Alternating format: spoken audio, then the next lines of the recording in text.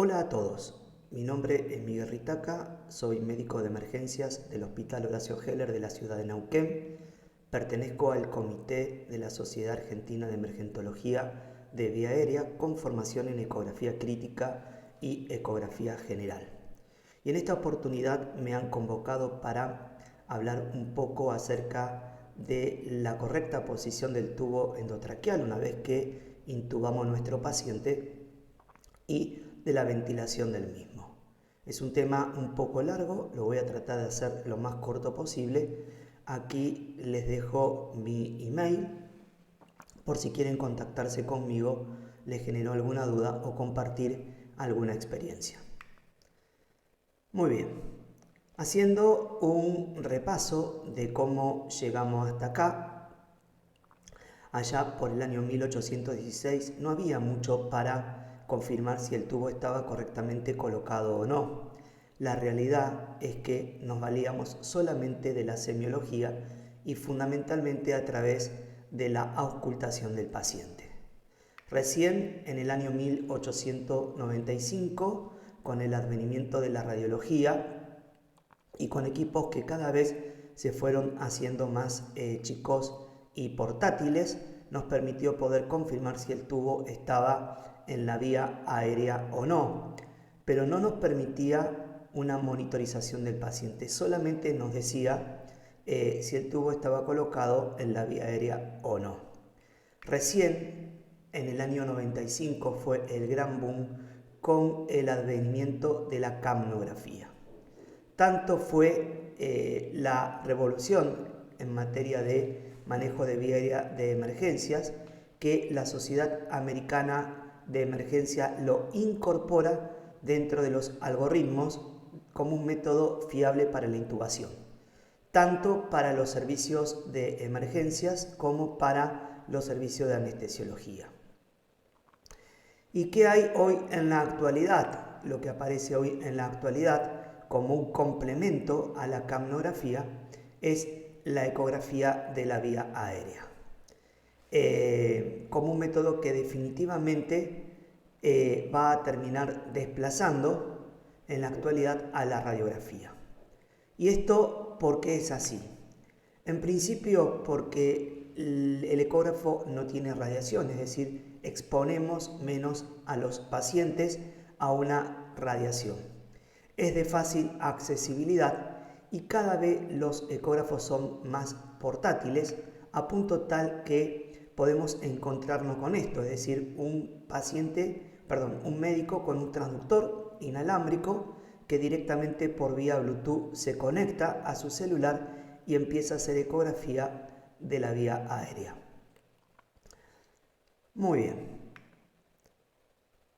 Antes de continuar con los métodos de confirmación del tubo, quiero hacer una mención especial al oxímetro de pulso, por varios motivos. Primero, porque durante la secuencia de intubación rápida lo vamos a utilizar tanto en la preparación del paciente como durante la premedicación, la inducción y parálisis, y además en la post-intubación, y es un complemento fundamental de uno de los elementos confirmatorios que tenemos en emergencia, como es la capnografía.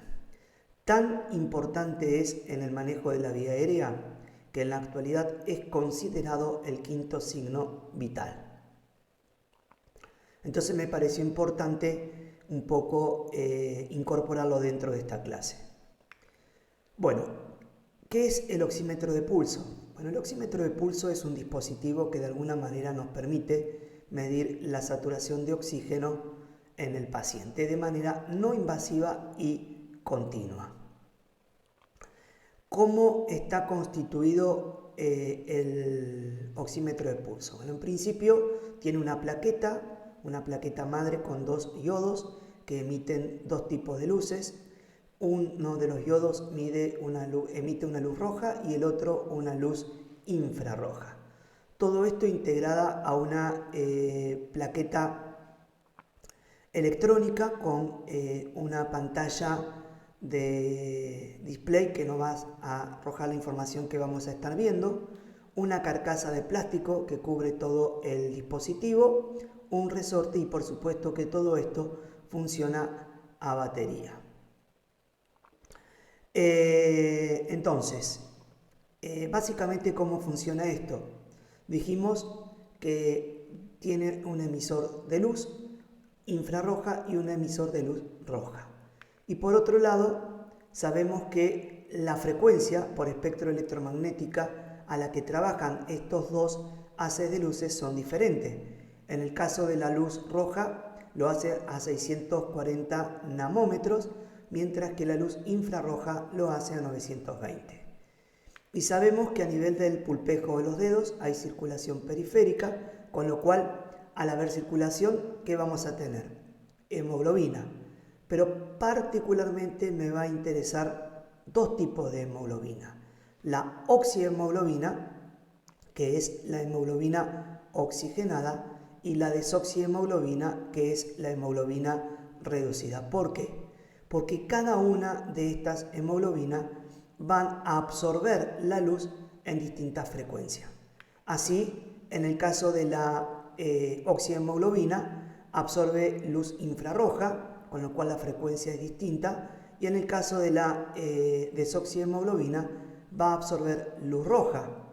Entonces, lo que hace específicamente el saturómetro, de alguna manera, es medir la cantidad de luz absorbida, establecer un porcentaje y de esa manera nos va a arrojar el porcentaje de manera indirecta de saturación de oxígeno en la sangre. Pero al mismo tiempo que realiza esta acción, también va a medir la frecuencia con que se repiten las lecturas de luz y de esa manera va a determinar la frecuencia cardíaca. ¿Dónde colocamos el saturómetro? ¿Sí? En general uno busca en aquellos lugares donde tengamos circulación periférica. Lo habitual es en los dedos de la mano y especialmente en el segundo, tercer y cuarto dedo. Siempre tener presente que la temperatura de los dedos no esté fría, porque si no vamos a tener una lectura errónea, y tampoco esmalte en las uñas. También hay otros lugares donde se le puede colocar, como por ejemplo el lóbulo de la oreja. Entonces, ¿qué mide especialmente el saturómetro? Va a medir, como dijimos anteriormente, un porcentaje de saturación de oxígeno en la sangre, que lo van a ver con la denominación de porcentaje SpO2. Y esto tiene alguna correlación directa con la presión de oxígeno en la sangre. Es decir, si yo tengo un paciente que me está saturando por debajo de 90%, es el equivalente a una PO2 por debajo de 60 milímetros de mercurio.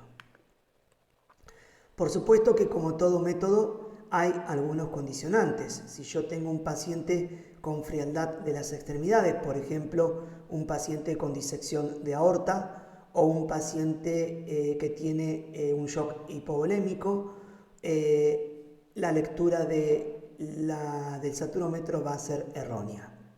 Lo mismo que en el caso de un paciente con una hemoglobina por debajo de 7, también me va a dar una lectura que no es la real. Y en los pacientes con intoxicación por monóxido de carbono va a tener una lectura errónea, porque la carboxihemoglobina absorbe la misma cantidad de luz infrarroja que la oxihemoglobina, por lo tanto el resultado real de cuánta oxihemoglobina tiene ese paciente no nos lo va a aportar el oxímetro de pulso. Entonces, nosotros desde la Sociedad Argentina de Emergencia recomendamos la oximetría de pulso de manera permanente, combinado a los elementos confirmatorios, tanto durante la preintubación como durante la intubación y en la postintubación para el monitoreo del paciente. Entonces, volviendo un poco a la evaluación de los distintos métodos confirmatorios, el primero que vamos a tener va a ser la visualización bajo directa. Es decir, yo veo las cuerdas vocales, veo el orificio glótico y veo el paso del tubo a través de las cuerdas vocales. Y esto es válido, es decir, Si yo estoy realizando una intubación y veo que el tubo pasa correctamente a través de las cuerdas vocales, es un elemento confirmatorio a tener en cuenta. Ahora la pregunta es, ¿debe ser el único método confirmatorio? La respuesta es no. Siempre debemos valernos de un segundo método complementario, dado que, sobre todo en aquellos médicos de emergencia poco experimentados en vía aérea, puede ocurrir que el orificio glótico no se vea, como se ve en este video, presente alguna dificultad y terminemos metiendo el tubo en el esófago. Entonces, siempre confirmar con otro método confirmatorio y no valernos de este único método. Pero es válido ver el tubo endotraqueal cuando pasa a través de las cuerdas vocales. Bueno, una vez que vimos que el tubo pasó por las cuerdas vocales, el segundo elemento confirmatorio que vamos a tener en cuenta es la elevación del tórax al momento que le generamos presión positiva con la bolsa máscara. Y conjuntamente a esto, que deben tener presente siempre que esa elevación del tórax debe ser simétrica. Si la elevación del tórax es asimétrica, algo está pasando en ese paciente y tendremos que buscar cuál es la causa. Vamos a encontrarnos con otro elemento muy característico, que es este que ustedes ven acá, conocido como el signo de la niebla o también neblina, que es el empañamiento del tubo. Muy característico del tubo endotraqueal que está metida en la vía aérea. Al igual que en el anterior, tener presente que estos elementos confirmatorios siempre deben ser reforzados por una valoración más objetiva, como es la capnografía o la ecografía. Y finalmente pasamos a la auscultación. Pero antes de auscultar el paciente, acuérdense siempre de sellar el tapón de neumotaponamiento para no generar fugas de aire, ya que si al momento que auscultamos paso de aire vemos que el paso de aire está a nivel del foco epigástrico, lo que voy a hacer, no voy a perder tiempo, voy a retirar el tubo y voy a volver a intubar el paciente. Porque independientemente del resto, si yo ausculto aire al momento que insuflo con bolsa máscara con presión positiva y encontramos que el foco epigástrico pasa aire, seguramente va a estar el tubo colocado en el esófago. Si no ausculto paso de aire en el epigastrio, entonces paso a evaluar los campos pulmonares. ¿Qué campos pulmonares? Primero el izquierdo y luego el derecho. ¿Por qué? Porque si tengo una intubación selectiva, lo más probable es que por la disposición anatómica de los bronquios, el tubo se termine metiendo del lado derecho, con lo cual, si es así y ausculto el aire más en el lado derecho y no en el izquierdo, retiro 1 o 2 centímetros del tubo y vuelvo a ventilar el paciente para ver si entra aire en ambos campos pulmonares. Este método tiene una especificidad del 83% y una sensibilidad diagnóstica del 94%. Como dije anteriormente, vuelvo a remarcar, este método no debe ser el único, sino que siempre complementado con la capnografía o la ecografía. Muy bien. Y el detector del CO2 realmente es un elemento que funciona. También lo van a conocer o lo van a buscar como capnometría.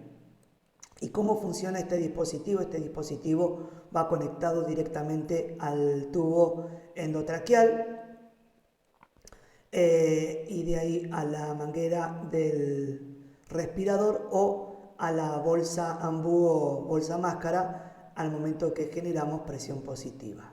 Y lo que tiene adentro este detector es un filtro medidor de pH que cuando se pone en contacto con el CO2 cambia de color. Así, si el tubo está colocado en la vía aérea, se va a poner de color amarillo y eso nos está hablando que al menos detectó 15 milímetros de mercurio de CO2. En cambio, si no detecta CO2, significa que tenemos una intubación esofágica y el color que se va a poner es un color púrpura. ¿Cuál es la desventaja del detector de CO2? Es que solamente sirve para una sola intubación. No lo podemos volver a reutilizar y además no me permite monitorizar el paciente. Y finalmente lo que cambió la historia de los elementos confirmatorios, que es la capnografía, que además de poder confirmar el correcto posicionamiento del tubo, si el tubo está o no en la vía aérea, me va a permitir monitorizar el paciente. Entonces, la pregunta es, bueno, ¿y qué es la capnografía? No es ni más ni menos que la medición continua, no invasiva, reflejada en una curva y en una pantalla del CO2 del aire expirado. Por lo tanto, si el capnógrafo no percibe CO2, evidentemente estamos ante una intubación fallida. Como ya dijimos anteriormente, constituye uno de los elementos esenciales, tanto es así que la Sociedad Americana de Emergencias y la American Heart incorpora a partir del 2015 en las guías de reanimación cardiopulmonar. Así, por ejemplo, si tengo un paciente que tiene un ETCO2 por arriba de 20 milímetros de mercurio, decimos que la reanimación es efectiva. Mientras que si tenemos un paciente con una ETCO2 por debajo de 10 durante más de 20 minutos, estamos autorizados a interrumpir las maniobras de reanimación por entender que este paciente no va a salir del paro. Entonces, no solamente vamos a ver la curva, sino además vamos a ver la presión barométrica del CO2, que en general se encuentra entre 30 y 40 milímetros de mercurio. La diferencia específicamente con el saturómetro es que el saturómetro no provee información del estado ventilatorio, que sí lo hace la capnografía. Ok. Esta es una capnografía normal de un paciente que tenemos ventilado y que vamos a tener que analizar en esta curva capnográfica. Primero, un eje horizontal y un eje vertical. En el eje vertical lo que vamos a estar viendo es el valor de la presión barométrica del CO2 reflejada en milímetros de mercurio, y en el eje horizontal el factor tiempo. Entonces, la primera fase, que es la fase 1, que va de la A a la B, representa el final de la inspiración y el comienzo de la expiración. Y lo que estamos evaluando acá es el CO2 del espacio muerto anatómico, que no es medible, por eso en la curva del capnógrafo no lo puede censar y es 0. Luego aparece una segunda fase donde ya hay una eliminación brusca del CO2, que es la fase 2, que va desde la B a la C. En esta fase lo que está pasando es que se empieza a eliminar el CO2 alveolar junto con lo que quedaba del espacio muerto, hasta alcanzar la tercera fase, que es una fase de meseta, también conocido como meseta alveolar, donde el punto D es el punto máximo de expiración del CO2. Y finalmente cae la curva en la fase 4, donde ya es la fase inspiratoria, donde ya no detecta CO2 hasta alcanzar el valor de 0. Ok. Entonces, este método, la capnografía, tiene una especificidad y una sensibilidad cercana al 100%, con lo cual recomendamos que en todo paciente que ustedes aborden la vía aérea cuenten con capnografía para confirmar la correcta posición del tubo, si el tubo está en la vía aérea o está en una intubación esofágica. Fíjense aquí cómo fácilmente distinguimos la diferencia entre un paciente que está correctamente intubado a uno donde al no detectar CO2 prácticamente el ETCO2 es 0 y la curva es plana.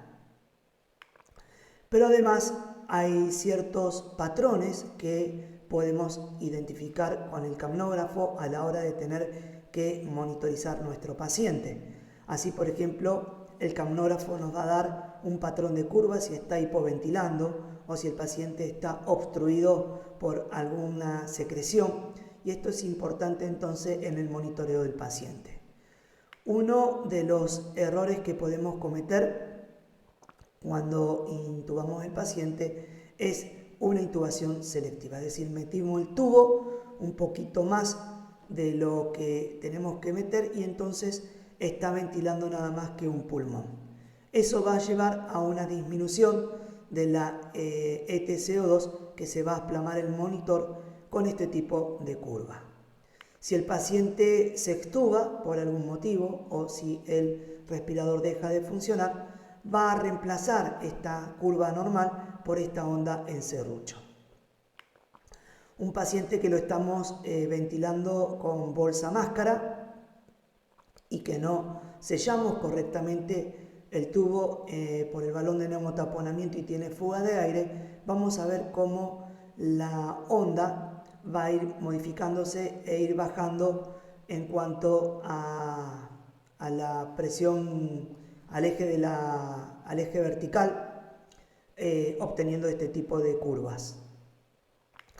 Y si aparece esto en el capnógrafo, esto tiene que ver con que el paciente está comenzando a respirar por sí mismo, obviamente con una respiración poco efectiva, y esto generalmente lo vemos cuando no tenemos una correcta analgosedación del paciente una vez intubado. Fíjense que en la fase 3 aparece un pequeño pico inspiratorio y esto tiene que ver con que el paciente se está despertando y no está teniendo una buena analgosedación del paciente. Ok. Muy bien. La ecografía.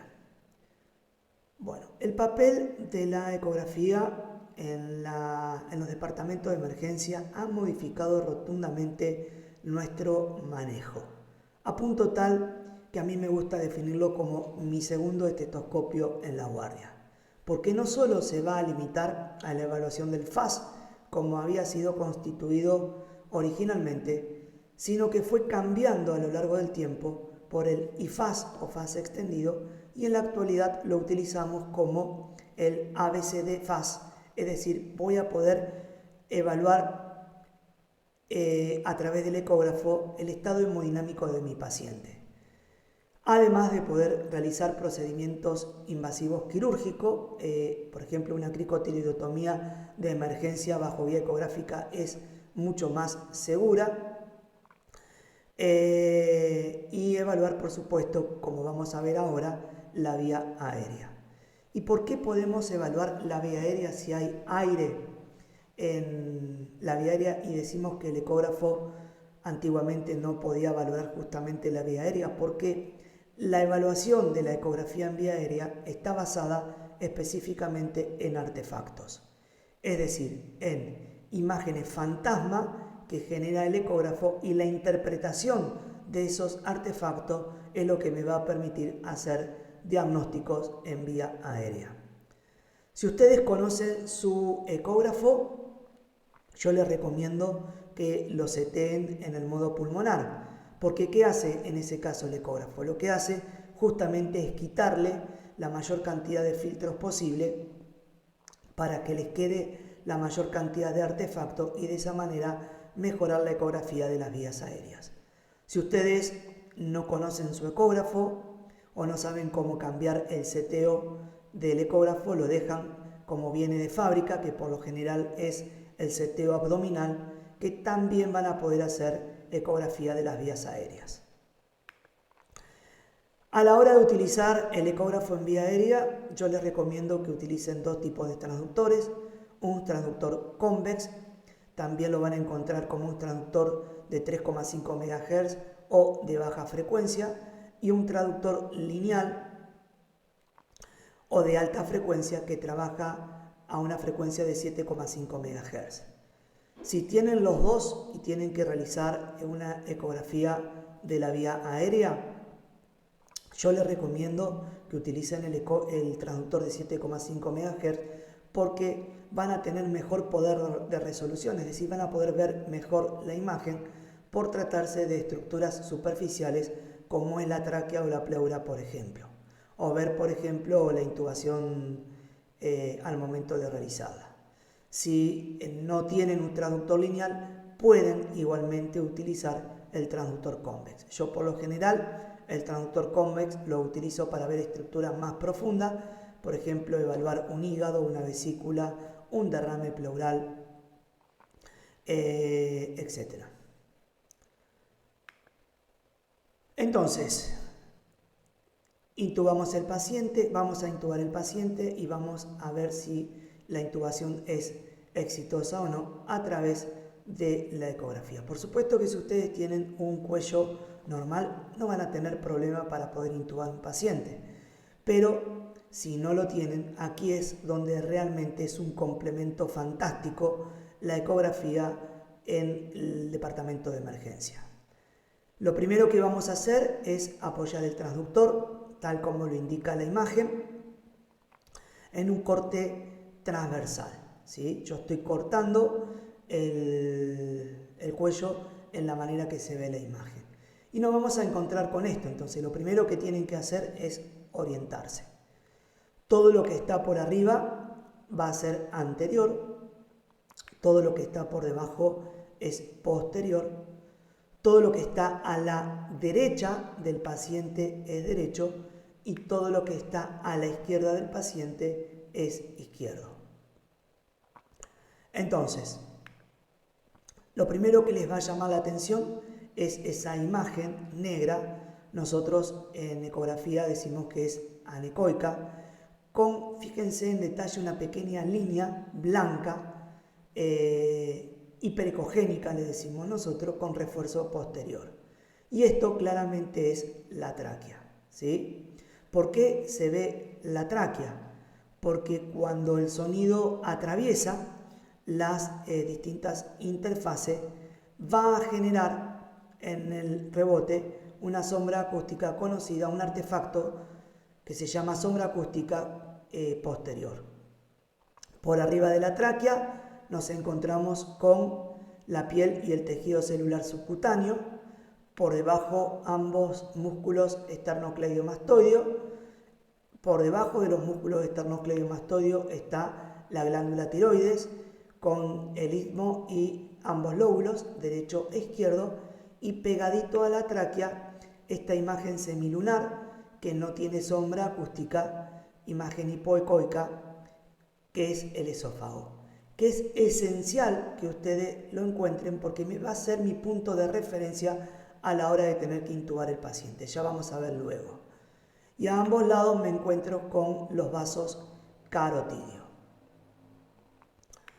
Ok, una de las ventajas de contar con el ecógrafo en la guardia justamente es que cuando tengo un cuello con una potenciabilidad, dificultad a la hora de tener que intubar, me permite bajo guía ecográfica rápidamente establecer si el tubo está colocado en la vía aérea o tengo una intubación esofágica. Hay muchos trabajos al respecto, yo solamente les pongo pero hay más. Este es de Hao Chang, donde demostró que al colocar un transductor de manera transversal sobre la cara anterior del cuello, haciendo un corte transversal, podíamos rápidamente identificar una intubación fallida. Entonces, una vez dicho esto, lo primero que evaluamos es la centralidad de la tráquea. Por supuesto que si ustedes tienen un cuello como lo que estamos viendo acá, ustedes no van a tener ningún problema, pero no es lo mismo tener este cuello a tener este otro, donde fíjense que hay un gran hematoma a nivel del cuello, probablemente con desplazamiento de la vía aérea, y es aquí donde realmente la ecografía ocupa un complemento esencial a la hora de tener que hacer, por ejemplo, en este tipo de paciente, una cricotireotomía de urgencia. Este es un corte transversal que ya lo vimos anteriormente, vemos el esófago, vemos la tráquea, y este es un corte longitudinal donde lo que vemos son los cartílagos traqueales y un poquito vemos el cartílago cricoideo. Bien, aquí lo que estamos viendo es una intubación de un paciente. Apoyamos el traductor y vemos esto. ¿Por qué decimos que el paciente está correctamente intubado? Primero porque vemos el paso de tubo a través de la tráquea. Fíjense cómo desaparece esa línea hiperecogénica con refuerzo posterior y queda directamente una imagen anecoica. Y aparte porque no aparecen dos tráqueas, como vamos a ver luego, que es característico de una intubación esofágica. Este es un corte longitudinal. En este corte longitudinal, como dije anteriormente, vamos a ver los cartílagos traqueales y el cartílago cricoide, y al momento de intubar el paciente vemos cómo pasa el tubo y se ve esa doble línea. ¿Por qué se ve tan lindo este paciente? Fundamentalmente porque es un paciente cadavérico, no hay tanta cantidad de aire y por eso se ve de esta manera. ¿Y por qué sé entonces que este paciente está correctamente intubado? Porque no debo perder de vista el esófago a la hora de intubar el paciente, y fíjense que no aparece esa doble tráquea de la cual hacíamos referencia. Ahora, este es el esófago y lo que está al lado, fíjense que se está intubando el paciente, es la tráquea. Ahora, muy bien, fíjense la diferencia. Acá tenemos una intubación esofágica y aparece esa doble tráquea, o a mí me gusta también llamarlo doble caño de escopeta, ¿sí? Eso es bien patognomónico de una intubación esofágica. Si aparecen dos tráqueas, el tubo está metido en el esófago. Fíjense este otro video, veo la tráquea, veo el esófago colapsado, y al momento que el operador intenta intubar el paciente, fíjense, trácate dos tráqueas. Ok. Entonces, ya confirmamos que el tubo está correctamente donde tiene que estar, y ahora tenemos que evaluar la ventilación del paciente para ver si ventilan ambos campos pulmonares. Entonces, al igual que en el anterior, lo primero que tenemos que hacer es colocar el transductor. En este caso lo vamos a colocar a nivel de los campos pulmonares. A nivel del segundo o tercer espacio intercostal, línea medio-clavicular. Y lo mismo que antes, es decir, orientarnos qué estamos haciendo. Todo lo que está por arriba va a seguir siendo anterior, todo lo que está por debajo va a ser posterior, pero en este caso lo que está a la derecha del paciente va a ser cefálico y todo lo que está a la izquierda del paciente va a ser caudal. Entonces, esto que ustedes ven acá son las costillas con su sombra acústica posterior, y lo que está en el medio, esa línea blanca, esa línea hiperecogénica, es la línea ecogénica pleural. Ustedes lo que van a observar a este nivel es el deslizamiento de la pleura parietal con la pleura visceral.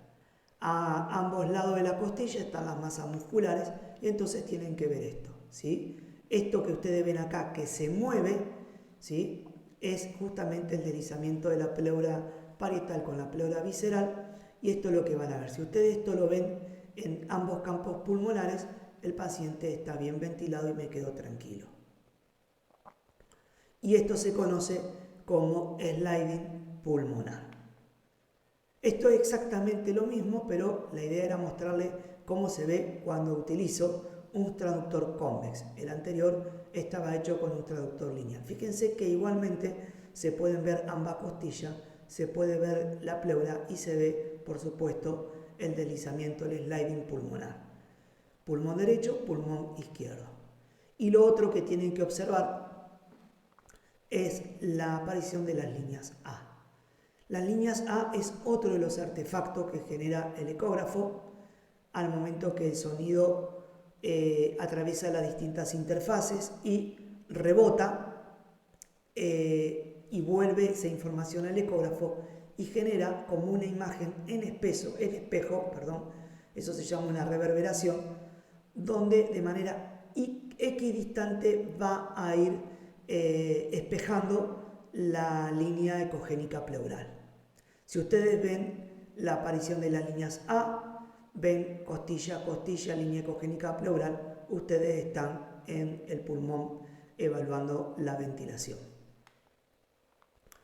Fíjense la diferencia, este es un pulmón, el del medio, bien ventilado, y fíjense qué pasa con el otro pulmón donde no hay sliding pulmonar, no se mueve, no hay deslizamiento pleural, y este es un pulmón que no se está ventilando. Entonces en ese caso retiro 1 o 2 centímetros el tubo y vuelvo a evaluar el paciente. Más de lo mismo, fíjense que del lado derecho tenemos un pulmón bien ventilado, mientras que del otro lado no hay sliding pulmonar. Ok, y finalmente lo que tenemos que terminar de evaluar es el movimiento diafragmático. Ustedes van a ver un signo que es característico, que lo están viendo acá, que es el signo de la cortina. Es decir, al momento que ventilamos el paciente con presión positiva, vamos a ver los movimientos del diafragma, el descenso del diafragma. Y esto lo hacemos colocando el transductor en un corte coronal sobre la línea medio axilar y de esa manera evaluamos ambos pulmones, el pulmón derecho y el pulmón izquierdo. Fíjense entonces que la sensibilidad para confirmar si el tubo está o no en la vía aérea es alta, tiene una sensibilidad del 98% y una especificidad del 94%, mientras que la sensibilidad para evaluar deslizamiento pleural es alta, pero no tanto la especificidad, y sí tenemos una sensibilidad y especificidad alta del 92 y 96% para los movimientos diafragmáticos. Entonces, bueno, en conclusión, siempre que intuben el paciente es fundamental contar con un saturómetro en la guardia y lo debemos tener de manera continua en el multiparamétrico que vamos a utilizar para intubar nuestro paciente. Deben utilizar todos los elementos confirmatorios que hemos mencionado, pero siempre reforzándolo de manera objetiva con la capnografía y en algunos casos donde realmente necesitemos de apoyarnos de algún otro elemento complementario, la ecografía es el gran elemento que nos va a potenciar la confirmación de la vía aérea en la intubación. Muchas gracias.